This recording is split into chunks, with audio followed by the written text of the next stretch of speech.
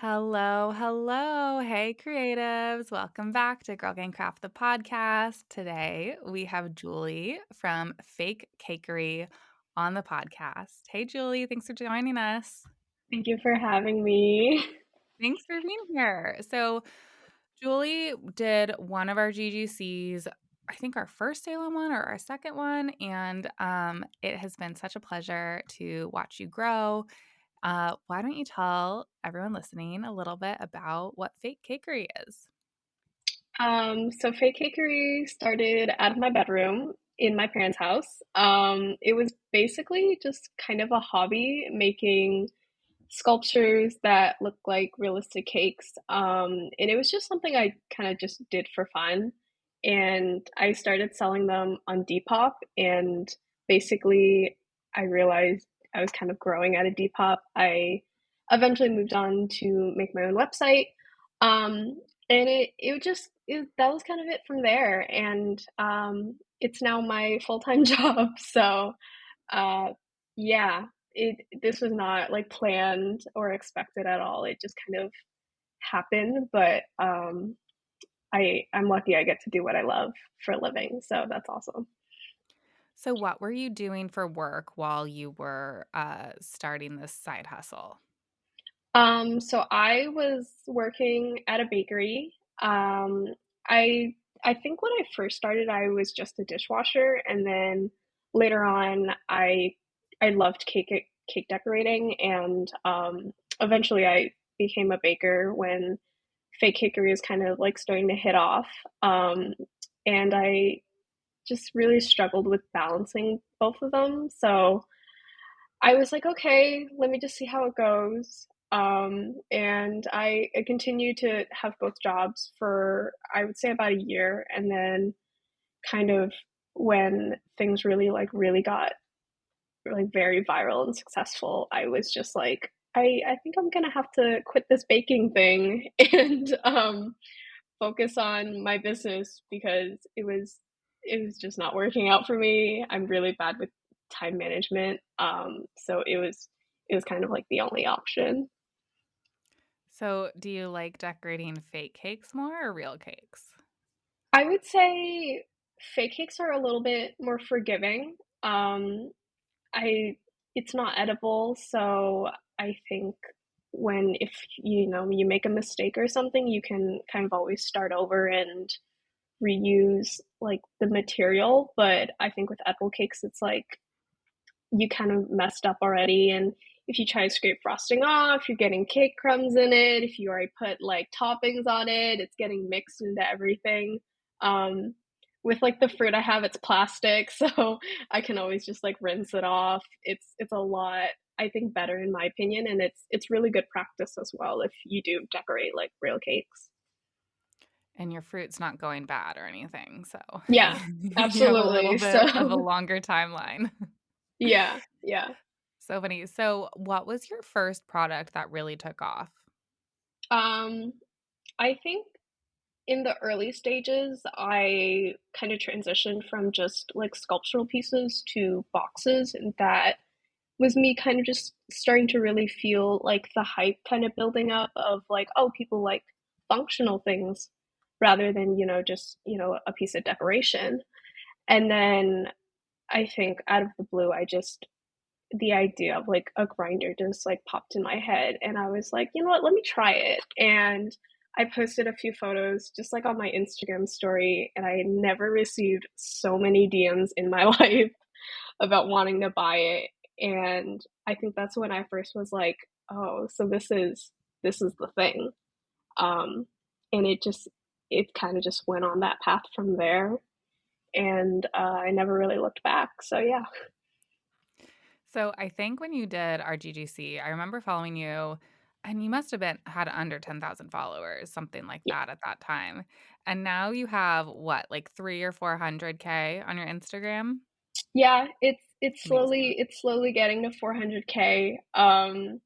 It was really, I hate to say this, but it was literally overnight like growth essentially. It was an Instagram reel that I posted. I was at 10K followers, and then I woke up the next morning and it was 30K, and then the next morning after that, it was 70K. And I think it started to slow down around 150K, and it was a lot of attention, that was definitely unexpected, so, but it was also great at the same time because I at the time, I didn't have the grinders, like, fully released on the website yet, but I had a bunch of old products, and a lot of people were buying those, so it really helped me kind of clear out that inventory and make room for new things. I mean, incredible. So, let's see. How did you start to deal with all that attention? And like how did you sort of capitalize on that attention to make sure that you were making sales? Immediately, I was really on to promoting, Go Craft because it was I had it planned where I would be releasing these grinders at the event first, and then whatever was left after that would go on the website. So anytime anyone would buy anything, I'd be like, "Oh yeah, I'm at this market in Salem. If you want to stop by and get them, buy them before they sell out because whatever's left is going to be on the next day, and it's going to be on the website." And so it brought a lot of people coming in person, which was really nice because I got immediate feedback on the product, which was great. Um, and then after that, I realized that I had like no stock left. So I was like, okay, let me try a pre-order. And I had done pre-orders before that in the past and they went pretty well. But my business was also not on the same level. So it was a little bit different. And I think I put up pre-orders maybe like 50 per design and they sold out within like 2 minutes. And at that point, I was like, I have to quit my job. And I did, like the next day. Um, That's amazing. yeah. So I was like, this, I was like, my apartment's too small for this. I was living in like a studio apartment at the time. I was like, I need to get a studio space. I need to get, a bunch of furniture and equipment. I needed to start getting things set up because I was like, this is going to be my life for maybe at least the next year or so. So I really wanted to kind of try to get ahead of things. So, um and then you sort of expanded beyond just grinders though. Can you tell us a little bit about like what your product line looks like today? So today it's still like fake cake sculptures, and then we still have boxes. We still have jewelry boxes. But it's also become like smaller things. I've started to do like compact mirrors. So it's a little bit more of an affordable option and also kind of just something a little bit for everybody. Um, and then along with the grinders, I love, making ashtrays. We do just kind of tubes if to like, store stuff in, like cigarette boxes. That's kind of like a new like big thing. And also just bigger cake boxes, essentially cake boxes, but bigger and a little bit more durable for actually like storing stuff in it. And actually, it's big enough to store, like if you wanted to put an ashtray in it, it would fit that. And then, maybe a grinder would fit in there as well. So, kind of curating sets essentially for people who kind of want to replace whatever they currently have in their collection and just, make sure everything matches. It's really great for that too. Or if you're just getting into it, it's also something where you can buy everything off the bat and, it fits your aesthetic. So it works. Um, so yeah, there's that. I'm working on like a bunch new stuff as well. Cameras have been a new introduction as well. It was a bit more of like a passion project for me. It doesn't fit in with the rest of my stuff at all, but I love film photography, so I thought it'd be fun to kind of add into it. Cool. So, okay, let's go back to Instagram a little bit because that Mhm. was sort of the big catalyst for success. What what sort of magic did you put in that first viral reel? What is your secret to to getting all these views on your work? The secret is growing up with social media. Um, I, a lot of people ask me this all the time, and I hate to say it, but like I'm Gen Z. I grew up with Instagram. I grew up with YouTube. So it's just it came really naturally to me. But before I started Fake Cakery and everything like that, I ran a YouTube channel very briefly, and it had some mild success. I think at my peak it was like 22,000 subscribers, and then immediately right after that, I just quit very quietly, and I kind of got tired of it. Um, but YouTube taught me a lot about just making videos that people want to watch and will kind of retain people's attention span. Um, when I was making YouTube videos, it was around the time where like ASMR was getting really big, and just kind of a lot of videos where it's just showing people doing stuff with their hands. And I that kind of became all the content that I made essentially, and it still kind of is what I still do. Um, but it taught me a lot about like what people like to see, and I learned a lot about how to edit things like very quickly and kind of like, keep people still watching. So were you doing long form videos on YouTube? I was, yes. So how did you sort of take what you learned for long form and turn it into these, 7 to 12-second clips on Instagram? I think the process was very similar. It just kind of the way that I work typically is I edit along with the music that's going to be in the background. So it worked the same way with long form and short form as well. I think with long form I chose very like slow, like ASMR kind of beats. And with long form, it was just taking, whatever trendy pop music was going at the time and just like listening to the way that like the music goes and editing with that. Um, so yeah, it was like the same thing, but just kind of pivoting the style essentially. And so what's your strategy for actually filming content? Are you someone who's like filming content every day or like once a week? Do you have a routine for it? What is that like for you? My routine's very chaotic. I don't plan anything out. I probably should. But I have some background in filmmaking, so it's a lot of I think it kind of just comes to me at the moment when I'm making something and I'm like, oh, this would look good, and then I kind of just like bust out the camera, and that's when I start shooting. I always keep in my studio space. I always have like a tripod set up. I always have like a rig for like an overhead shot. So anytime if I, think like something needs to be filmed, I can always just like set it on the camera immediately and then just start. And um, any other issues with it, I kind of take care later in post. So it's a lot easier that way. And are you using like different sort of backgrounds each time or what does that sort of set design look like for you? I think for process work, whenever I'm shooting, making something, typically I don't really care too much about that, generally because people are more interested in what the outcome will be at the end. When I am doing like product work, I it generally depends if I'm like really excited and there's like a theme or something like that, or if I need a model, I'll actually rent out like a space on Peerspace and spend an entire day, get a bunch of content done in one go.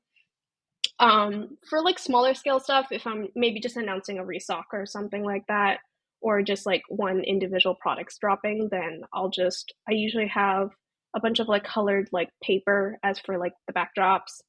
And then I have a few lights that I also use if there's like no sunlight at the moment, and just kind of work with that.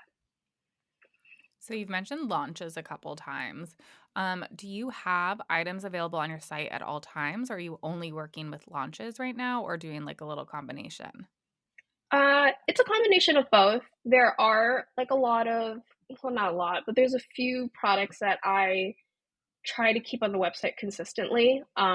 It's generally a lot more of like the hands-off stuff that I have. Anything that I design and just get manufactured, it's always something that I try to keep available for anyone who wants to still buy something but doesn't need it to be particularly like 100% handmade. And then everything else, especially like the more detailed pieces, um, those definitely are like launch only. I think if I were to open the ability to have it like made to order, I am worried that like the wait would take too long. Um, so I think it's just kind of a way to work with that. That makes sense. Okay, so you mentioned manufacturing, and some Mm-hmm. of your items are not you're not hand making all of them in house. What was sort of that process exploring the manufacturing world? It was very tricky at first. I was definitely very scared to talk to people. It's just like a lot, especially with the language barrier. It's hard to kind of convey like what the vibe is in the conversation. So a lot of it was just messaging a lot of people at once and basically ordering samples and seeing how everything is. And then I was lucky to kind of find a few manufacturers that I've like really settled on for specific products where I know I can trust them and they trust me. And it's a lot of, just making sure that like we're on the same page for everything. But I've also had moments where I've had manufacturers betray me and, take my designs and, put them up for sale. So it's a lot of just kind of putting my faith in their hands and hoping that it works out.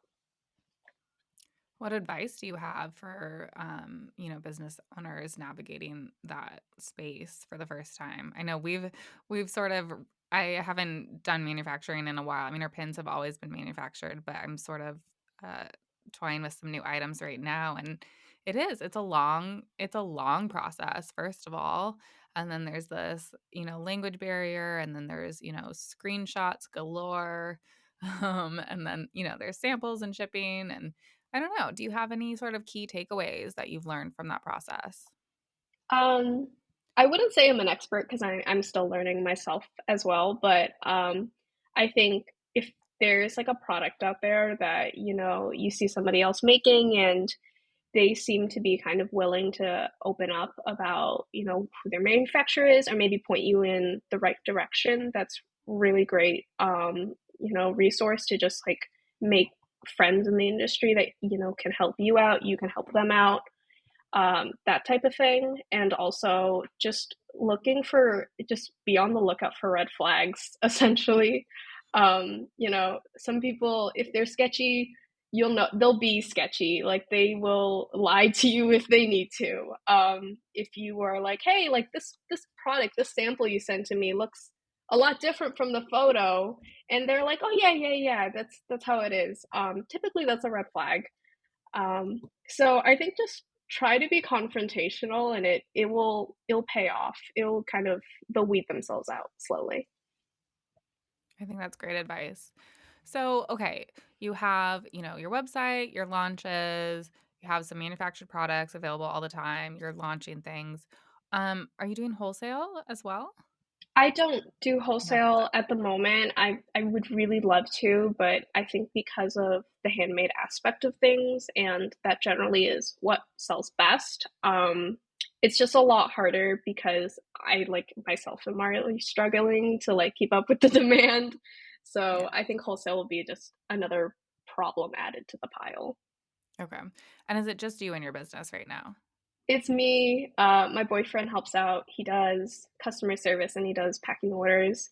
And then I also have a friend that comes in occasionally just helping out with like sculpting or any kind of like really hands-on artsy stuff. Cool. And are you doing markets anymore or just online sales right now? Just online for now. Markets are great, but they can be exhausting. So, Absolutely. um, yeah. Fair, fair, fair, fair. And then, okay, so you do international shipping with some of your items, except your grinders. Can you tell us a little bit about figuring out international shipping? Because I know it is challenging. It is. With international shipping, it really comes down to, I guess, kind of learning the shipping platform that you're working with, whether or not you're shipping like directly through like UPS or if you're using like a third party service. Generally, it all depends kind of on the platform, and they have their own rules of how to go about stuff like that. Um, but it's really easy to kind of once you kind of get accustomed to those services, then it's really easy after that. Um, Generally, with most products, they usually have like a category that you can put them in for like a specific code for taxes or tariffs or something like that. And what I do is I just assign them to every product that I make whenever I post it on the website. And the system will usually take care of it for me after that.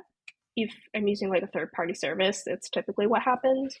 Um, with UPS, it's a little bit more complicated. I think kind of just translating whatever address that is given to you and kind of making sure that it's readable, on your side, and also when it gets to that country that they can also kind of understand it as well. Cool, cool. And then you use Shopify for your website. Yeah, I use Shopify and then I use Pirate Ship just for shipping. It's very simple to do international through them. So, yeah, I definitely recommend those. I haven't heard of pirate ship. That's cool.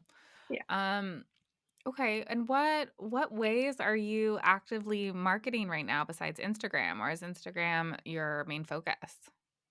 Instagram is my main focus. I Everybody always tells me, "Oh, go on TikTok." And then, you know, they're banning TikTok anyway, so not really something I'm too concerned about. But TikTok does terrify me a lot. I Even though like it is kind of the social media platform that everybody my age is using, I think I'm just people are a lot more honest on TikTok, and they can be very brutally honest, and it's not something that I think I have the mental capacity for.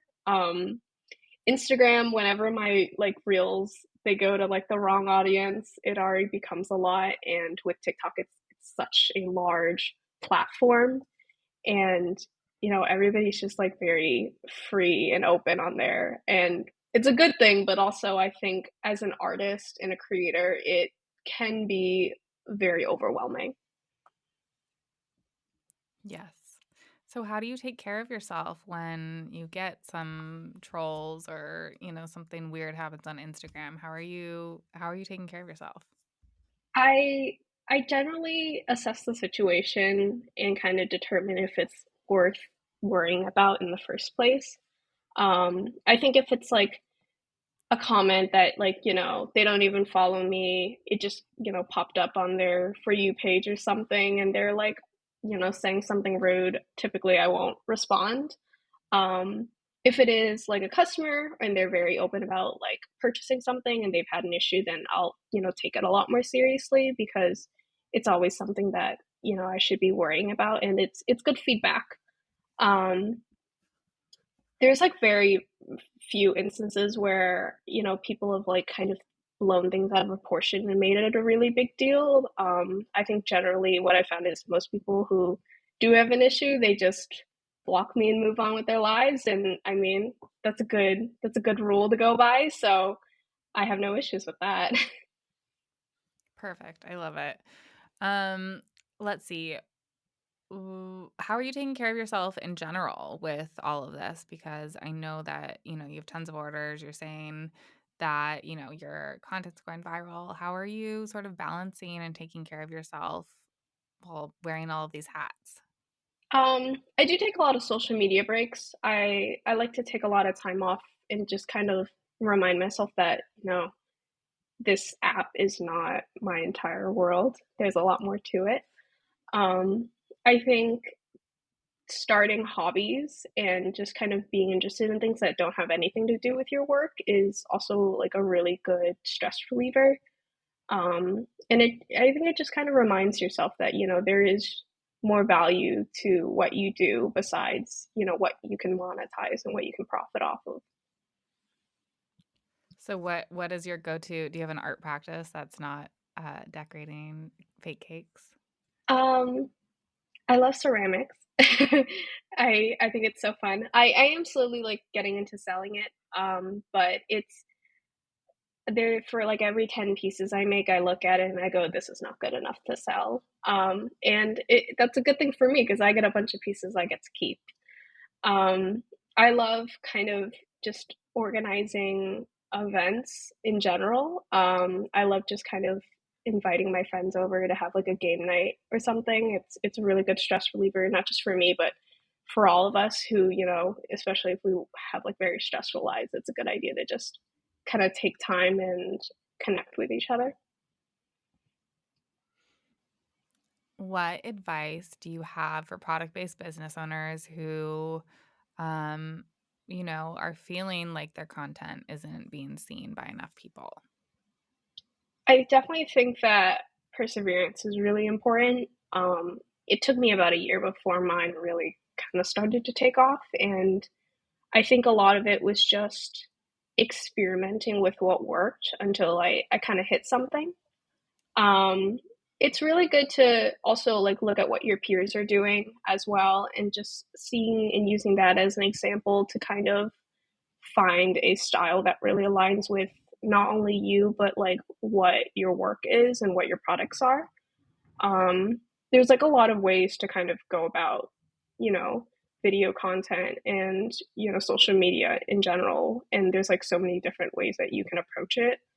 Um, but I think maybe keeping in mind like what your target audience is and what content typically they consume is also a really good idea as well.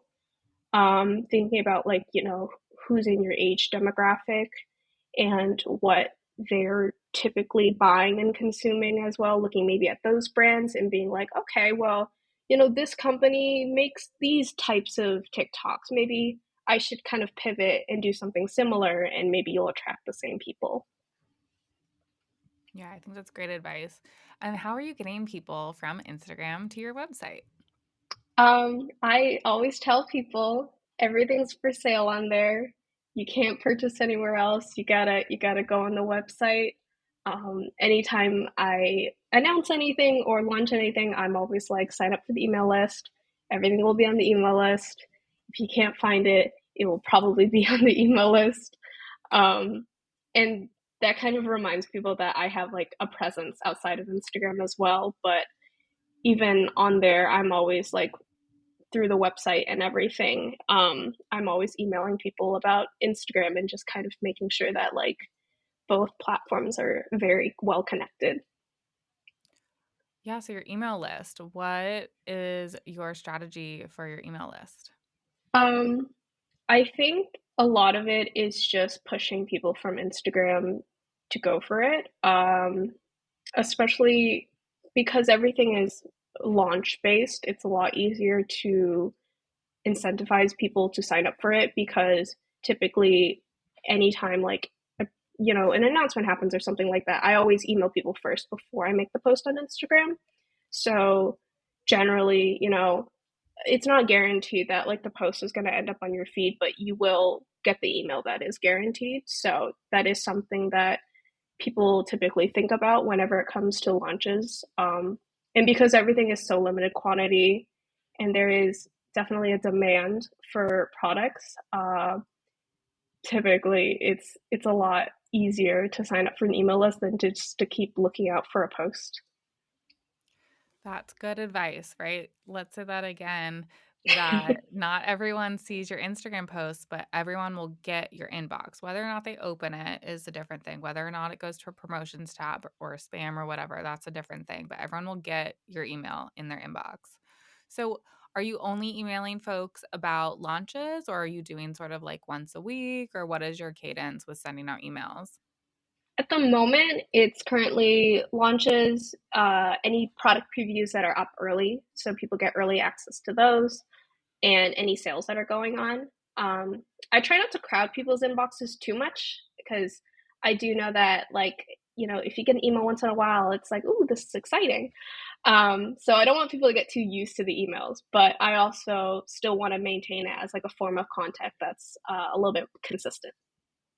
I love that. And then also just backing up a little bit too, you also mentioned that you send emails before you post. So you're sort of Mhm. creating like this little community on your email list, making the email list like the first I don't know why I wanna say first responders, first first people that get, get the information. They're like your little club. They're the people who are your number 1 fans, right? So, Yeah. um just reiterating, email is important, y'all listening.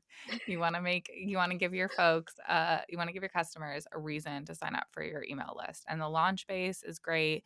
The first to, like, know about things going on is really important. Maybe your email subscribers, get discounts that your Instagram folks don't, but making sure that you're creating a special sort of space or an incentive in your email list. Yeah, I absolutely agree. I didn't do email lists for the longest time, and then I think it was like one day I got an email from you from your Right. email list, and it was literally like, "Start an email list, guys," and I was like, "Ah, I think I need to do it now," and I That's did. I love that. We love that so much. Yay. Okay, what I don't know. I think we've covered a lot here. So what sort of last advice would you leave listeners with? Oh my god, there's so much. I I You can I give feel it like to us. You can give it all to us if you want. Give us I all of feel your like advice. I feel like I suffer from like imposter syndrome. I don't know. It's hard for me to kind of, I guess, like associate and connect myself with the person that I've built online, because I feel like I feel like we are not the same person sometimes. And just kind of, I like speaking from like, oh, what would Fake Cakery say? Um, and I have to go, oh, I'm Fake Cakery. Uh, I think a lot of it is just perseverance is really important. I see a lot of small businesses, fellow creators, artists who kind of give up after maybe like a month or two of lack of success. And I think any sort of growth, whether it's small, slow growth or, virality, it still comes from somewhere. And I think it's really important to kind of keep on pushing. And, a lot of famous, creators and artists out there, they never really hit their big break until really later into their career. And it's not because, oh, well, it's not that they're not good. It's just because it hasn't hit the right audience yet. And I think it's better, in my opinion, if I could go back and get a little bit more organic growth, um, and, kind of cultivate a community rather than going off of virality. It definitely would feel a little bit different, because you have a better idea of like who your audience is, and you really kind of connect with people rather than a bunch of people coming from nowhere and being like, oh, where can I buy it, and then not really caring much after that. That's fascinating. Um, because of course, I'm someone who talks about how slow growth is a good thing.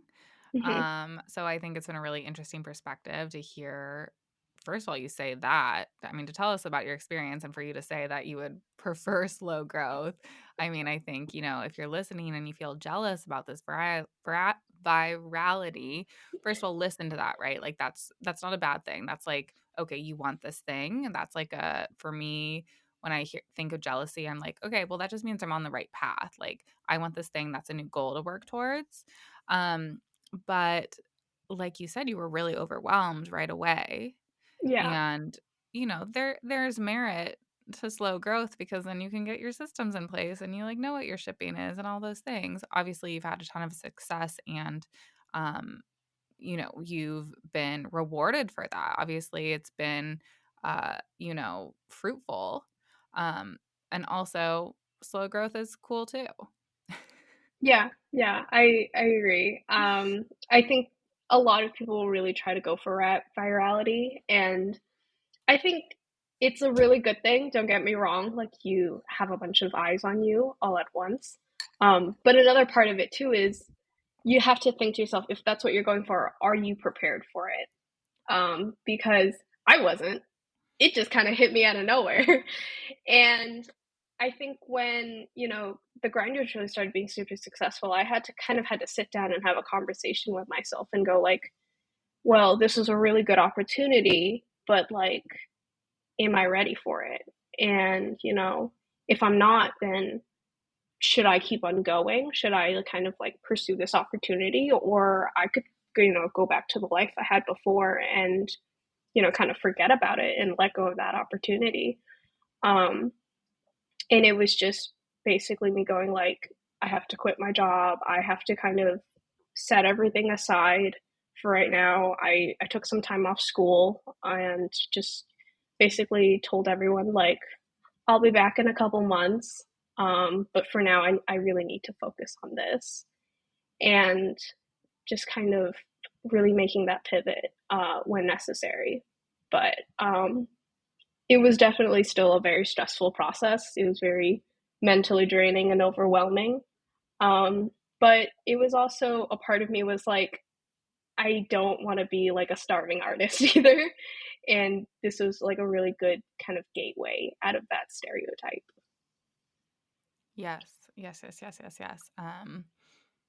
Yeah, I think a lot of us still don't feel like we should charge or get paid. Like I still get comments like things are scams or like an MLM. Like just because I'm charging for something doesn't mean it's a bad thing. Yeah. Like I'm giving you value back. But I think a lot of us like are really in a space where we're critical of capitalism, and that's a great space to be in. And also we still live in capitalism, so we have to pay our bills and feed ourselves and, you know, take care of ourselves and, maybe have a little extra money to live on. It's wild. And so, like, we've all been programmed into that way of thinking in various capacities, and we have to overcome it for sure. Yeah, I absolutely agree. There's like a trend going around right now on TikTok where it's like, oh, if I won the lottery, I wouldn't tell you, but there would be signs. And I just resonated that with that so much because I was like, if I won the lottery, if I had like unlimited money, I would still be doing this. Don't get me wrong. Like, I would love to still, make fake cakes for the rest of my life. But at the same time, like, I need to pay my bills. I, need to fund this somehow and kind of keep it going. Um, and I think a lot of people don't really see it beyond that, which I understand. Not everybody has like an understanding of, how running a business works. Um, but I think there's also like a lot of people who feel like they do, even though they have no experience. And it kind of comes from a place of ignorance, but also not really, I guess, like being in touch with like the way the world is today. Absolutely. So what's next for you? What's next for Fake Cakery? I have a lot going on that I cannot talk about. Fair. Um, yeah, there's a lot of collabs that I've been working on. It's in the works. I have a really exciting one coming soon that I just kind of like finalized everything with the person I'm working with. I just got samples and I'm so excited. Um, and then there's also like a few other stuff. I like there's like a few products that I have kind of really been struggling with demand with, and the idea of trying to get that specific handmade product manufactured was always like an idea that I never really thought I could do. But I've been working with somebody with that, and I've been getting some really promising results. So I'm excited to kind of be able to like bring back this specific product. And when people say, "Oh, when are you going to restock?" I finally get to say, "Oh, on this date, you can buy it at this time." Um, so yeah, that's really all that's been going on. That's so exciting. Okay, where can people find you, Julie? I'm on Instagram at Fake Cakery, so it's just Fake Cake RY. My website is also the same thing, fakecakery.com. I have a TikTok account made, but I don't use it, but you can follow me on there if you want to. And it's also under the same username as well. There's also Facebook, but again, I don't use that either. So main places are the website and Instagram. That's where I'm most active. And we'll put all those links in the show notes. Okay, thank you so much, Julie. This has been such a treat and so educational for all the product based businesses listening. Oh, thank you for having me. I'm so excited to talk about it.